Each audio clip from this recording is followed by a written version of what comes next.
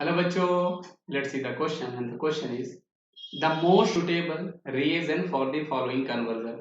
मतलब यहाँ पर हमारे पास एल्काइन है ना, प्रोडक्ट में हमारे पास एल्काइन गिवन है और एल्काइन का कन्वर्जन जो हो रहा है वो हमारा सिस एल्कीन में हो रहा है, सिस एल्कीन में हो रहा है। तो हमें ये पता करना है कि इस कन्वर्जन के लिए सबसे सुटेबल हमारे पास रिएजेंट क्या होगा। तो ये बच्चों इसको हम समझते हैं, ये हमारा बहुत ही इंपॉर्टेंट क्वेश्चन है और ये कई बार एग्जाम में आपसे पूछा जा चुका, तो आपको पता होना चाहिए। एक्चुअल में होता क्या है, जब कभी भी हम लोग एल्काइंस, है ना, जब कभी भी हम लोग एल्काइंस का कन्वर्जन जो है वो अगर हम लोग ट्रांस एल्कीन में कर रहे होते हैं, ट्रांस एल्कीन में कर रहे होते हैं, तो उसके लिए जो हम लोग रिएजेंट यूज किया करते हैं वो हमारा होता है बिर्च रिडक्शन।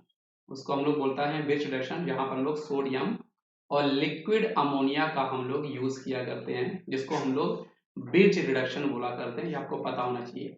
दूसरा हमारे पास यहाँ पर क्या है कि अगर हम लोग अपने एल्काइंस, है ना, का कन्वर्जन हम लोग सिस एल्कीन में कर रहे होते हैं, जो कि इस क्वेश्चन में हमसे पूछा गया है, तो उस टाइम पे हम लोग जो यूज किया करते हैं उसको हम लोग बोलते हैं लिंडलर कैटलिस्ट। वहां पे हम लोग मेनली क्या यूज करते हैं, हाइड्रोजन, साथ में पैलेडियम, और यहाँ पर हम लोग कार्बन, और साथ में क्विनोलीन जो होता है वो हम लोग यहाँ पर यूज करते हैं। क्विनोलीन हम लोग यहाँ पर यूज करते हैं। तो ये चीज आपको पता होनी चाहिए कि हम लोग एल्काइंस यूज करते हैं और यहाँ पे हम लोग क्विनोलीन यूज करते हैं। तो हमें सिस एल्कीन मिला करता है, इसलिए यहाँ पर हमारे पास प्रोडक्ट सिस एल्कीन है। इसलिए इसका सही जवाब आपके पास बच्चों ऑप्शन नंबर सी हो जाना चाहिए था, क्योंकि ये है। और इसको हम लोग बोला करते हैं बच्चों, इसको हम लोग बोलते हैं लिंडलर कैटलिस्ट।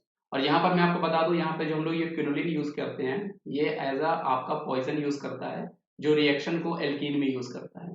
अदरवाइज ये रिएक्शन आपकी फर्दर और रिड्यूस होके एल्केन में कन्वर्ट हो जाएगी, है ना।